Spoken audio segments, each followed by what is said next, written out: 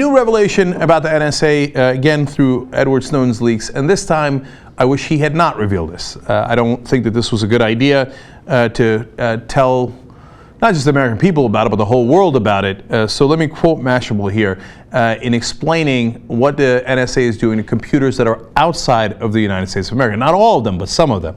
Quote, what they do is implant things in them, and they explain, quote, the implants are tiny radio transceivers that must be surreptitiously planted inside a computer, either before being shipped to a manufacturer's or afterward by an agent with access to the computer as part of a so-called black bag job, which sounds kind of fun.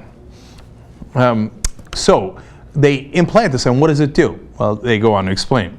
The transceivers, which can look like normal USB plugs, then infiltrate and exfiltrate data from the hacked computers to an NSA relay station the size of a large suitcase up to 8 miles away.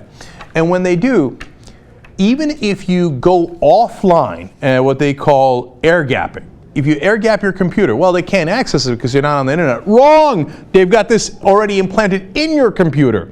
So if they got a suitcase-like thing 8 miles away, or perhaps, and next thing you know, boom, they've got the data, okay?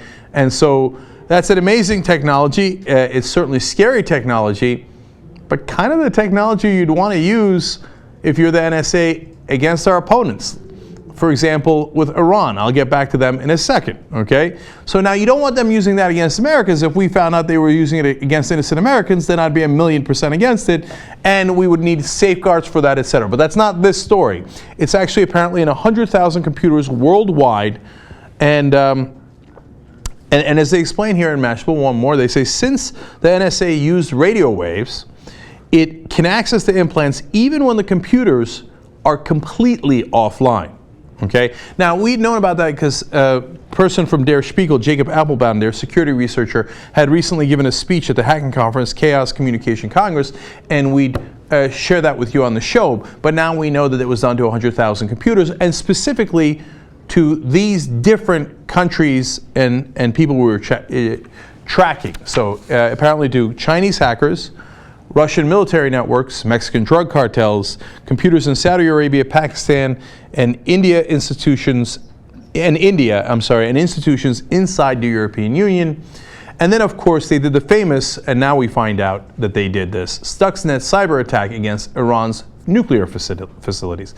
Now, we were not sure before that the U.S. had done Stuxnet. It could have been Israel that had done it. It turns out that it was at least partly the NSA.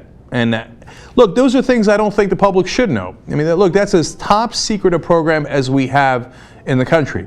What that did was gravely damage the Iranian computers that were working on their nuclear program. Now, you might think Iran should have a nuclear program. You might think that they shouldn't. That's an interesting debate internationally. But as far as American interests are concerned, we don't want them to have a nuclear program. And instead of going to war with them, we did this virus, Stuxnet. I would much rather do the virus than go to war. So I actually was in favor of that plan, and that's exactly the kind of NSA operation we shouldn't know about. So I'm a little dismayed by this. Look, you know, if we're going to use it on spying on Russians and Chinese and in Pakistan and Saudi Arabia, I think that's kind of the NSA's job. I don't mind that either. Now, don't get me wrong. Are they using this for business purposes? Of course. It wasn't the Chinese government, it was Chinese hackers. So all those Chinese hackers who get copyrighted movies. So of course the United States of corporations has to take action, right? But that's the least of it. Institutions inside the European Union. What do they mean? They don't mean governments. They use those spying things to get critical information in trade deals, etc. And that's not to help the American people. That's to help so-called American corporations, which are of course multinational corporations, which is of course who the United States government actually works for.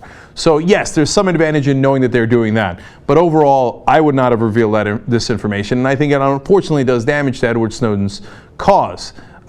If he had just stuck with revealing information that the American people needed to know about what they're doing to us, I think that would have been better served. I'm sure a lot of people abroad don't agree. They're happy to know what the Americans are doing in these areas.